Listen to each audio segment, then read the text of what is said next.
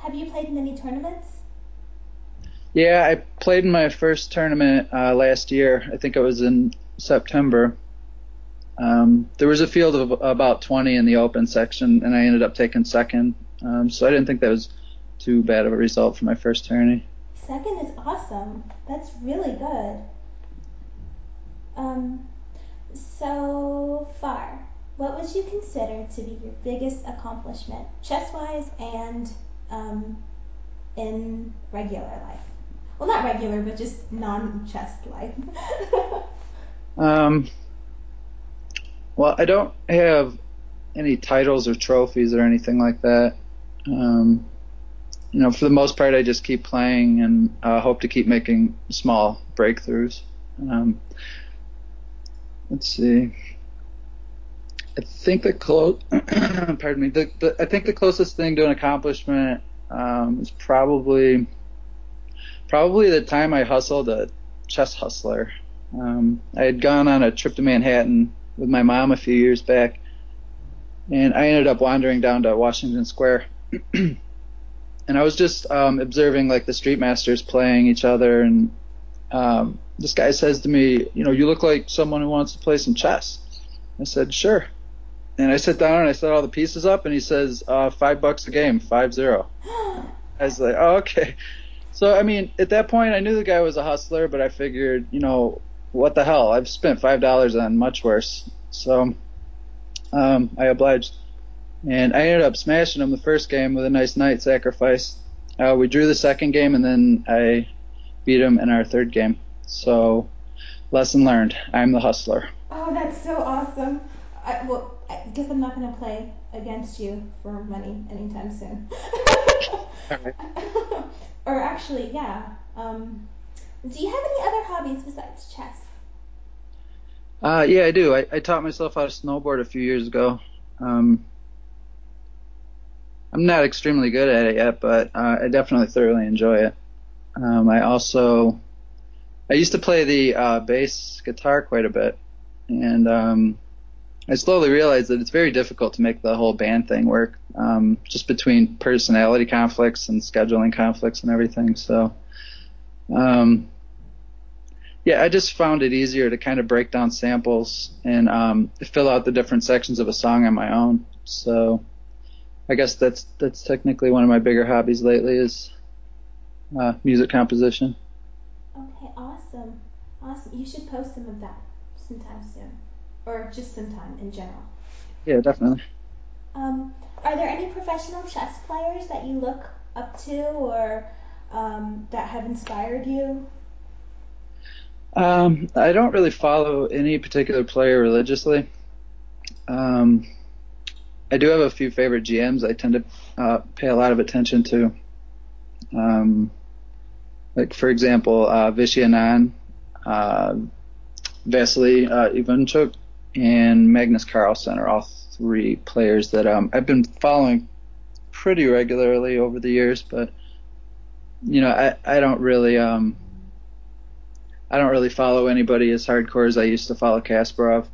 I pretty much fell off with all that. I'll keep up on the basic news, see who's like leading who in the tournaments and so forth. But for the most part, I just try to kind of play through their games every once in a while because each of the three, although they have pretty unique styles, there's some overlapping areas that I'm trying to emulate, sort of.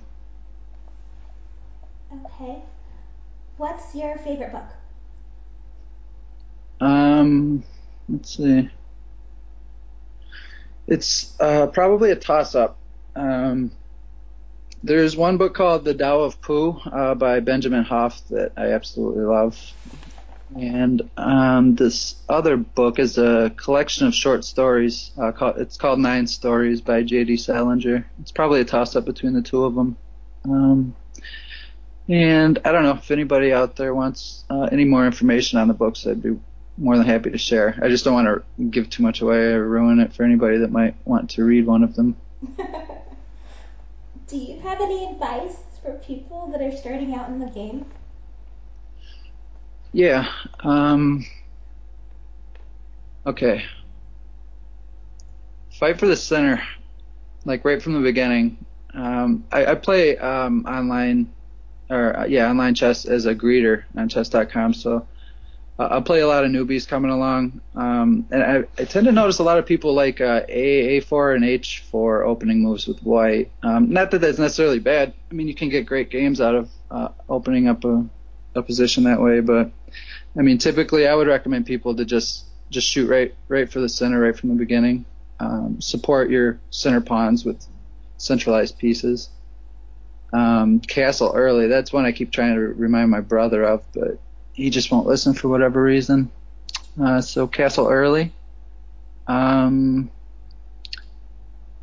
much fun as it might be to study your wins, I think you're going to find it to be more helpful if you study your losses. Exactly. Yeah, another big one I tell people a lot online is just try not to pay so much attention to your opponent's rating, because it's really the moves that count at the end of the day, not one another's numbers, And Cardman, this one's for you if you're listening, buddy. Chess, it's all about attitude. Don't shoot yourself in the foot before the race begins by having a defeatist attitude. You got to think positive. For sure, definitely. Positive thought equals positive output. Mm-hmm. Last but not least, 3 words to describe yourself. Okay. Insightful, compassionate, and attentive. Okay, that'll work. Can I do 3 that I think describe you? Oh, absolutely. Okay. 3 words to describe Fonix per Veggie Girlie. Nice.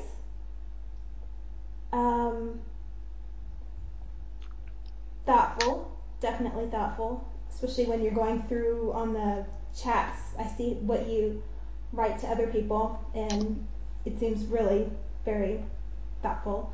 And musically inclined, but I guess that's actually 2 words, so I guess that's 4 words to describe Fonix. All right. That's very nice of you to say. Thank you. No worries.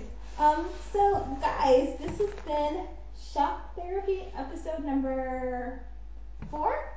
4. Episode number 4 with Fonix. Thanks so much for your time today. This has been so awesome.